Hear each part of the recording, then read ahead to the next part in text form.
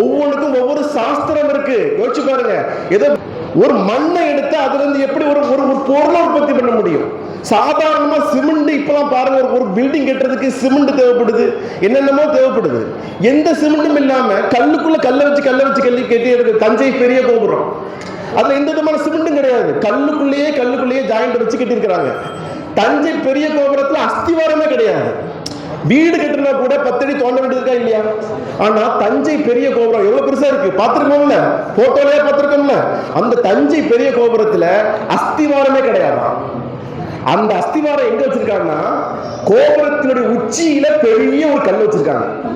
அதுதான் அஸ்திவாரமா. அந்த அழுத்தத்தினால எவ்வளவு நிலநடுக்கம் வந்தா கூட தஞ்சை பெரிய கோபுரத்துக்கு எந்த பாதிப்பும் வராதான். இதை கண்டுபிடிச்சது யாரு? இன்ஜினியரா, சிவில் இன்ஜினியரா, ஆச்சாரியாரா? ஆச்சாரியா. ஒரு சாமி கும்பிடுறோம், சாமி கும்பிடுறதுனால மனசு மகிழ்ச்சியா இருக்கு, நமக்கு நல்ல ஆத்ம திருப்தி கிடைக்குதுன்னா அந்த சாமி வடிவமைத்தவர் யார்? எந்த இன்ஜினியர்? ஆச்சாரியா. ஒரு வீடு பாதுகாப்பா இருக்கணும், வீடை கட்டினது ஆச்சாரியார், கோயிலை கட்டினது ஆச்சாரியார், பாதுகாப்புக்கு பூட்டை கண்டுபிடிச்சது ஆச்சாரியார். அந்த மாதிரி தேருக்குனே மிகச்சிறந்த தேருக்கான ஒரு சிற்ப சாஸ்திரம் உண்டு. அந்த சாஸ்திரத்துல மிகச்சிறந்த வகையில் இருந்தவர் தான் குப்பமுத்து ஆச்சாரியார். இந்த காளையார் கோயில் பக்கத்துல இன்னைக்கும் அந்த பகுதியில் இருக்கக்கூடிய மக்கள் தான் உலகமெங்கும் இருக்கின்ற தேர்களை செய்யறதுல மிகச்சிறந்த மக்களாக இருந்துட்டு இருக்கிறாங்க. அப்போ கதைக்கு வந்துருவோம். அப்ப அந்த காளையார் கோயிலுக்கு தேர் தேவைப்பட்டுச்சு. குப்பமுத்து ஆச்சாரியார் போய் மருது சகோதரர்களுக்கு கேட்டாங்க. அவ சாஸ்திரம் பிரசன்னத்தின் படிப்படையில வேண்டாம், ஒத்துக்க வேண்டாம்ன்ற ஒரு குறி ஏற்பட்டதுனால இல்ல வேண்டாம், இந்த தேர் செய்ய வேண்டாம்னு சொன்னாங்க. ஆனா மருது சகோதரர்கள் கண்டிப்பா அந்த ஆலயத்திற்கு இந்த தேர் செஞ்சே ஆகணும், அதற்கு என்ன வேணாலும் நாங்க செய்யறோம், நீங்க என்ன கேட்டாலும் நாங்க தாரோம்னு இது அரச கட்டளைன்னு சொன்னாங்க. அரச கட்டளையை மீற முடியாதுன்றதுனால தேரை சிறப்பாக செய்தார். செஞ்சிட்டு இருக்கும்போது முதல் ஒரு விநாயகர் சிலை செய்யும் போது தேர் வைப்பாங்கல்ல, ஒவ்வொரு சிலையா வைப்பாங்கல்ல, அதுல ஒரு உச்சம் ஏற்பட்டுச்சு. உச்சம் என்ன? சின்ன ஒரு குறைபாடு ஏற்பட்டோம்னா படிச்சு பார்க்கலாரு. ஐயோ இதுக்கு பிராயச்சித்தம் வேற மாதிரி பிராயச்சித்தம்லாம் வேற வழி இல்லை, அரச கட்டளை செஞ்சுதான் ஆகணும்ன்றதுனால தேர் செஞ்சு முடிச்சாச்சு. தேர் வெள்ளோட்ட விடணுமா வேண்டாமா? தேரை சுத்தி நிலைக்கு வரணுமா வேண்டாமா? அந்த நாளும் வந்துருச்சு. அப்ப ராஜாக்கள் வந்தாச்சு, ஊர் மக்கள் எல்லாம் கூடியாச்சு. இப்போ தேரை எடுக்கணும். மருது சகோதரர்கள் கேட்கிறாங்க, என்ன ஆச்சாரியாரே தேர்லாம் சரியா இருக்கா, இழுக்கலாமா?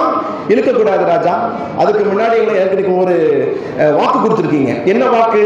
இந்த தேரை செஞ்சு கொடு, நீ என்ன கேட்டாலும் நான் தாரேன் சொல்லியிருக்காங்கல்ல. இன்னைக்கு ஒரு நாள் உங்களுடைய அந்த மோதிரத்தை தாங்க, ராஜாவுக்குடைய அங்கீகார மோதிரத்தை தாங்க, உங்களுடைய கிரீடத்தை தாங்க, உங்களுடைய செங்கோலை தாங்க. இன்றைக்கு ஒரு நாள் நான் இந்த சிவகங்கைக்கு ராஜாவாக இருக்கணும், இதை நான் கேட்கக்கூடிய கோரிக்கை. இப்படி ஒரு சாதாரண ஒரு நபர் கேட்டாச்சுன்னா எவ்வளவு கோபம் நமக்கு வரும்? வருமா வராதா? ஆனா மருது சகோதரர்கள் எப்படிப்பட்டவங்க? நல்லவங்க, அப்படிதானே, பொறுமையானவங்க. யோசிச்சாங்க, இவ்வளவு பெரிய ஆச்சாரியா, இவ்வளவு சிற்பத்துல ரொம்ப தேர்ந்தவர் இந்த மாதிரி கேட்கிறாருன்னா ஏதாவது ஒரு காரணம் இருக்கும். ஓகே செஞ்சிருவோம்னு கொடுத்தாங்க. தேருக்கு மேல உட்கார்ந்தாரு. தேரை சுத்தி வந்துச்சு. ஒரு திருப்பும் போது தேர் என்னாச்சு, அந்த திருப்பும் போது தவறி கீழே விழுந்து தேர் சக்கரத்துக்கு கீழே விழுந்து தேர் சக்கரம் மேல ஏறி குப்பமுத்து ஆச்சாரியார் இறந்து விட்டார். அவர் துடிச்சிட்டு இருக்கும்போது மத சகோதரர் கிட்ட என்ன ஆச்சாரியாரே என்ன ஆச்சுன்னு கேட்கும்போது, நான் ஆல்ரெடி கூட சொல்லியிருந்தேன், இன்னொரு விக்னம் ஏற்பட்டுடுச்சு, அதுக்கு மேலே அரச கட்டளைன்னு சொல்லிட்டீங்க. இந்த தேர் சுற்றி வருவதற்குள்ள இந்த நாட்டினுடைய அரசன் மரணிப்பான். இதான் இதுக்கான பிராயச்சித்தமா இருந்துச்சு. அதனால நீங்க உங்களுடைய உயிர் எங்களுக்கு ரொம்ப ரொம்ப முக்கியம். அதனால இன்றைக்கு ஒரு நாள் நான் ராஜாவாக இருந்ததுனால அந்த சாஸ்திரத்தின் அடிப்படையில் இந்த நான் என்னுடைய உயிரை பறி கொடுக்குறேன், நீங்க இந்த நாட்டை சிறப்பாக ஆளுங்கன்னு ராஜாவுக்கே உயிர் கொடுத்த ஆச்சாரியார் குப்பமுத்து ஆச்சாரியார். எத்தனை பேர் நம்ம குழந்தைங்க தூங்கும் போது உட்கார்ந்து தட்டி இந்த நாடகத்தெல்லாம் விறுவிறுப்பா முடிக்கும் போது அடுத்த நாள் தொடரும் போடுறாங்க. இந்த குப்பமுத்து ஆச்சாரிய கதைகள் சுவாரஸ்யமா ஒரு வாரத்துக்கு குழந்தைகளுக்கு ஒரு 10 நிமிஷம் இப்படி ஆச்சுது, அப்புறம் என்னாச்சு தெரியுமா, நாளைக்கு தூங்கும் சொல்றேன், ஒரு ஆர்வத்தை சொல்லி சொன்னோம்னா குழந்தைகளுக்கு நம்ம வரலாறு தெரியுமா தெரியாதா? கண்டிப்பா தெரியணுங்க. நம்ம சிங்க மாதிரி இருந்து ஒரு ஆட்டுக்கிடாயிலே பிறந்த மாதிரி ஆட்டுக்கூடையே சேர்ந்து மெல்லவே கத்துட்டு அலைகிறோம். நாம சிங்கம்ன்றது நமக்கு தெரிஞ்சாதான் நமக்கு அரிச்சிக்க முடியும். நம்மை பற்றிய ஒரு விவரங்கள், நம்மை பற்றிய ஒரு உற்சாகம், எப்படிப்பட்ட ஒரு சமூகத்தில் இருந்து எப்பேற்பட்ட பாரம்பரியத்தில் வந்துட்டு இருக்கிறோம். இந்த போதி தர்மன் 7ஆம் அறிவு தானே படம், அந்த படத்தை பார்த்தோம் அப்படித்தானே. அந்த அந்த அந்த ஜீன் உடம்புக்கு அப்படியே வந்துட்டே இருந்துச்சு. இந்த சூர்யாவுக்கு அந்த ஜீன் வந்துச்சுன்னு நம்ம பார்த்தோம்ல, அந்த ஜீன் தானே ஆச்சாரிய வம்சத்துல அந்த விஸ்வ பிரம்மாவோட ஜீன் தானே நம்மகிட்ட இருக்கு. யோசிச்சு பாருங்க. ஓகே தானே? காரணமான விஷயங்கள். ஒரு தங்க ஆசாரிய ஒரு வேலையை கொடுத்து இது நீங்க செஞ்சு முடிங்க எனக்கு உட்காந்து அந்த நகையை உருக்கி அந்த வேலையை செய்யறதுக்கு எழுந்து உட்கார்ந்தாருன்னா அசராம 2 மணி நேரம் அவரை உட்கார முடியுமா? முடியுமா? அசராம 3 மணி நேரம் உட்கார முடியுமா? 4 மணி நேரம், 5 மணி நேரம் தொடர்ந்து ஒரு தொழில ஆச்சாரிய சமூகத்துல ஒரு தொழிலை ஆரம்பிக்கும் பொழுது அமைதியா அது ஒரு வேலையை ஆரம்பிச்சு ஒரு நாள் முழுக்க தூங்காம அந்த வேலையை முடிச்ச நபர்களை பார்த்துட்டு இருக்கிறேன்.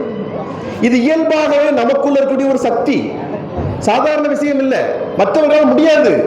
ஒரு விஷயம் போர் அடிச்சிடும். தொடர்ந்து ஒரு தொழிலை செய்யும் பொழுது கண்ணும் கருத்துமாக செய்கின்ற ஒரு மிகச்சிறந்த ஒரு ஆற்றல் நமக்கு இருந்துட்டு இருக்கு.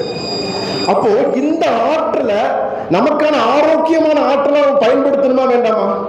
அந்த ஆற்றல் எந்த அளவுக்கு அந்த தொழிலை முடிக்கிறதுக்கு உதவுதோ அதே நேரத்தில் அசையாம கொள்ளாம ஒரே மாதிரி முன்னாடியே குனிஞ்சிட்டு இருந்தா எங்கெல்லாம் வலிக்கும்?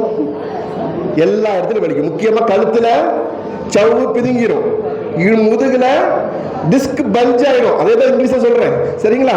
அப்போ நம்ம முதுகெலும்பு ரொம்ப ரொம்ப முக்கியம்.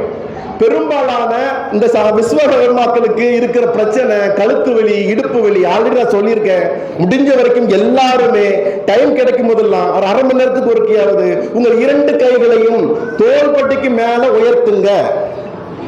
உங்களுடைய கழுத்தை கொஞ்சம் அப்படி பின்னாடி பார்த்து மேல உள்ள ரூஃபை 20 வரைக்கும் எண்ணிட்டு திரும்ப நேரம் வாங்க. இடுப்புல கையை வச்சு கொஞ்சம் இடுப்பை பின்னாடி வளைச்சி கொஞ்ச நேரம் 20 வரைக்கும் எண்ணிட்டு திரும்ப நேரம் வாங்க. மல்லாந்து தரையில படுத்துட்டு செவத்துக்கு மேல 2 காலையும் தூக்கி ஒரு 5 to 10 நிமிஷம் வைங்க. வச்சிங்கன்னா எம்ஆர்ஐ எடுக்க வேண்டாம், சிடி ஸ்கேன் போக வேண்டாம். 5000 10,000 கொடுத்து நம்ம எடுத்துட்டு அந்த சவ்வு பிதுங்கி இருக்குன்னு சொல்லுவாங்க. குழப்பத்த 10,000 செலவு பண்ணி சோமாச்சா? சவ்வு பிதுங்கி இருக்கு. வெளியில இருக்கக்கூடிய ஒரு உடலையே அந்த காலத்துல போட்டோ எடுக்க அனுமதிக்க மாட்டாங்க. குழந்தைய போட்டோ எடுக்காத, சின்ன குழந்தைய. ஏன்னா போட்டோங்கிற கதிர்வீச்சு உள்ள இருக்கக்கூடிய எலும்பு நரம்புகளை ஒரு கதிர்வீச்சு உள்ள போய் அது ஒரு படம் பிடிச்சு காட்டுதுன்னா நம்ம நினைச்சிட்டு இருக்கிறோம் துல்லியமாக பார்த்து சரி பண்றதுக்காக பார்க்கிறோம்னு.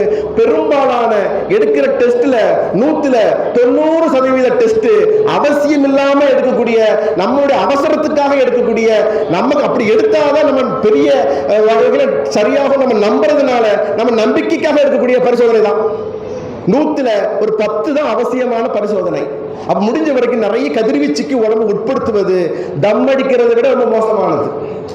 அப்போ இவ்வளவு பாதிப்புகள் நமக்கு இருக்குதுன்றது நமக்கு தெரியாமலே நம்ம பண்ணிட்டு இருக்கோம். அதே மாதிரிதான் நமது பெருமைகள் தெரியாமலே நம்ம அசால்ட்டா இருந்துட்டு இருக்கிறோம். எப்படி ஒரு காயத்ரி தேவி, அதாவது சக்தி இல்லையேல் சிவம் இல்லை